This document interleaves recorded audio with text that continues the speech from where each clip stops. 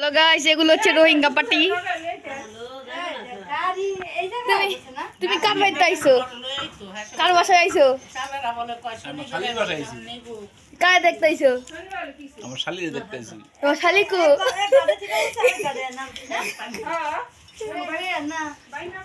নাস্তা দিছে।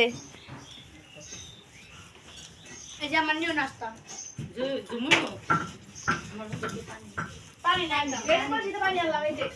কামড় দাও, কামড় দাও।